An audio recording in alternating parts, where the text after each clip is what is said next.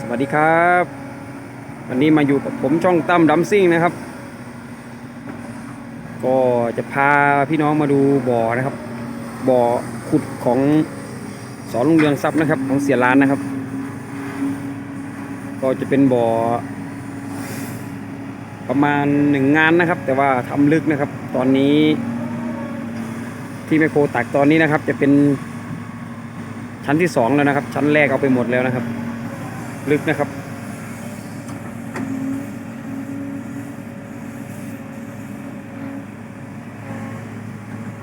ส่วนทางด้านแมคโครนะครับก็จะเป็นมิตโมนะครับเป็น130นะครับคันใหม่ของเสียร้านนะครับ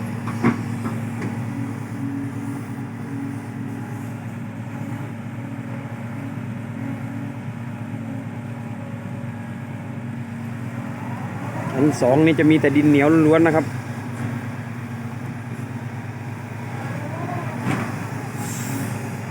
ก็เป็นงานเหมานะครับงานนี้นะครับก็จะใส่เยอะหน่อยนะครับอัดกล่องเลยนะครับ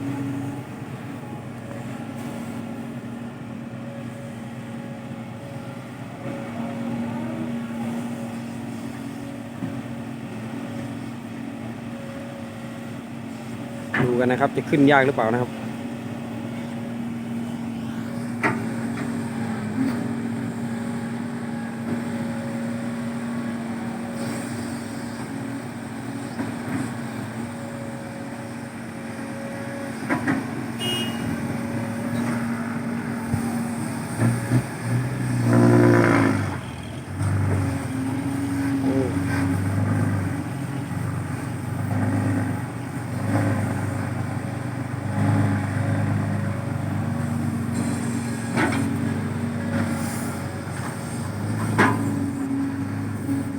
ขึ้นได้นะครับลึกมากนะครับพี่น้องมองจากข้างบนลงไปนะครับแมคโครตัวเล็กเองนะครับ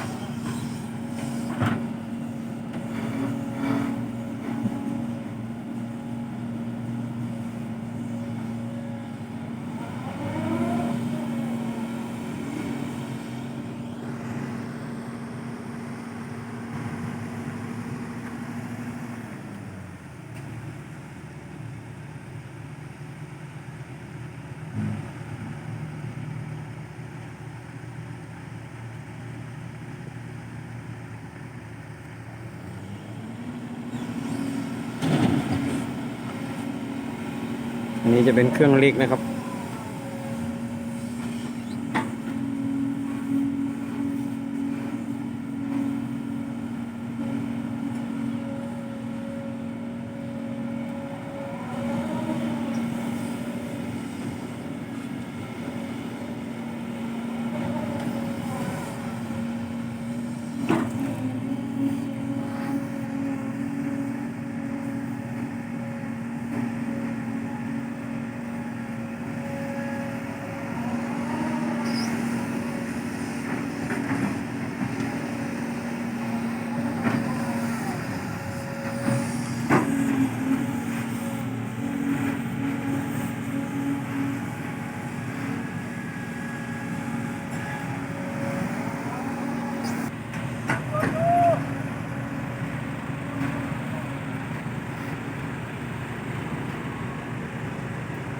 อันนี้ก็จะเป็นคันมิตซูเคนเตอร์นะครับ115นะครับ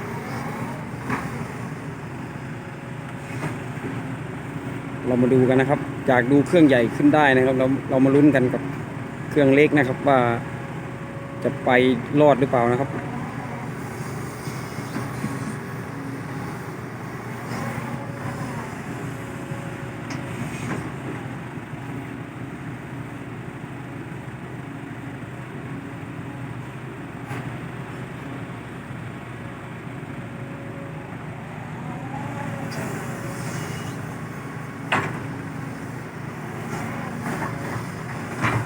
ขนาดชั้น2นะครับยังไม่มีน้ำเลยนะครับ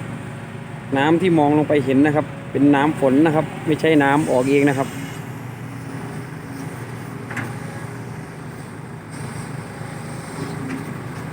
อัดกล่องแล้วก็รีดด้วยนะครับ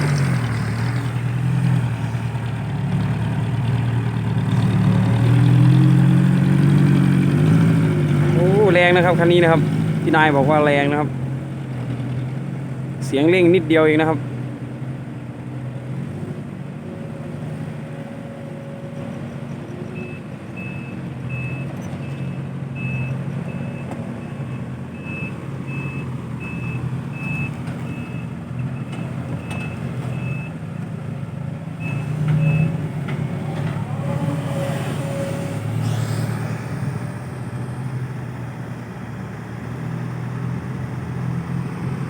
คันนี้นะครับก็จะเป็น Isuzu 115นะครับทั้งหมดมาวิ่ง6คันก็จะมีเครื่องเล็ก3คันนะครับที่เหลือก็จะเป็นเครื่องใหญ่นะครับ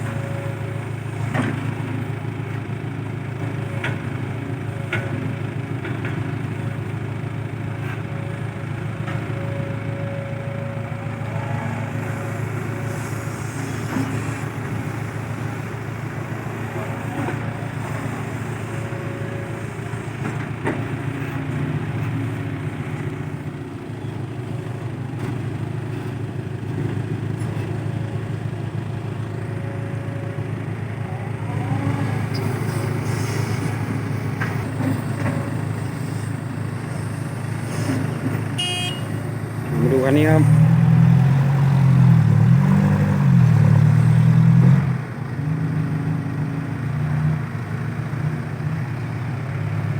ต้องดันตูดช่วยนะครับ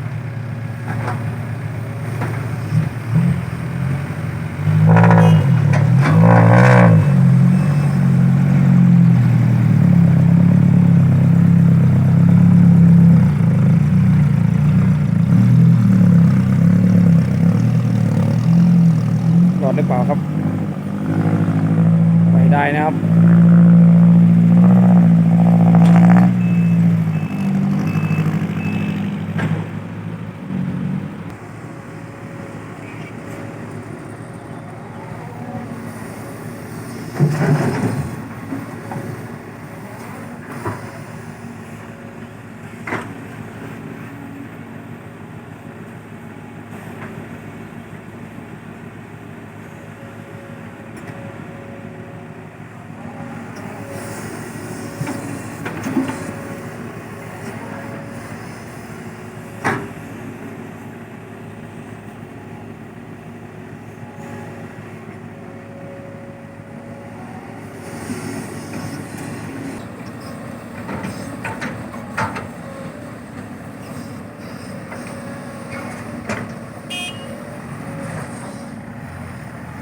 ไปแล้วนะครับ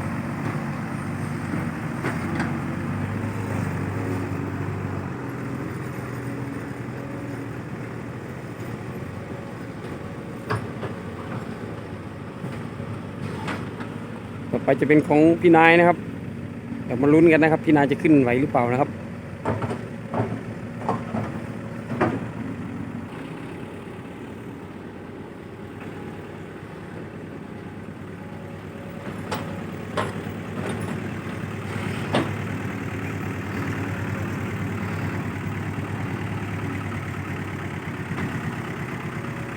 เรามาลุ้นกัน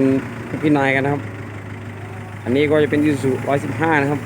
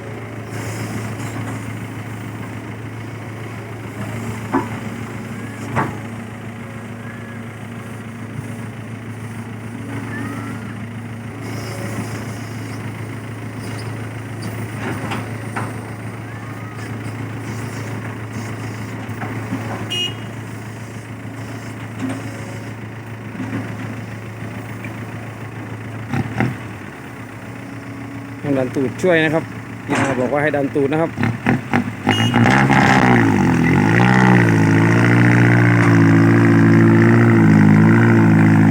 สำหรับคลิปนี้ก็อย่าลืมกดกระดิ่งกดติดตามให้กับช่องตั้มดำซิ่งด้วยนะครับสวัสดีครับ